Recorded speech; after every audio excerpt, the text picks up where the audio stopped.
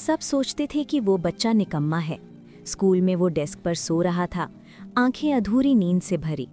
Teacher गुस्से में आया, सर पर हल्का सा थप्पड़ मारा और डांटा, फिर से सो रहे हो, बाहर निकलो। क्लास के सब बच्चे हंस रहे थे। उसको बाहर निकाल दिया। वो बेचारा चुपचाप चला गया। घर आया, कपड़े बदले और सीधा काम पर निकल गया।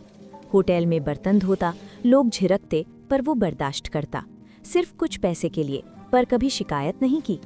वो एक घर में गया, एक जख्मी औरत के पास गया, अकेली, गरीब, जिसे कोई नहीं देखता। वो बेचारा चुपचाप उसकी मदद करता, दवाएं देता, खाना खिलाता। औरत के चेहरे पर पहली बार हल्की सी मुस्कान आई। दिन भर की थकान के बावजूद वो खुश था। दुनिया इग्नोर कर रही थी, सब सोच रहे थे ये बच्चा निकम्मा है, पर सच ये था, जो सब सोचते थे निकम्मा है, वही असली हीरो था। और शायद आज भी हमारे आसपास कोई छुपा हुआ हीरो है, जो दिखाता नहीं, पर जिंदगियां बदल रहा होता है।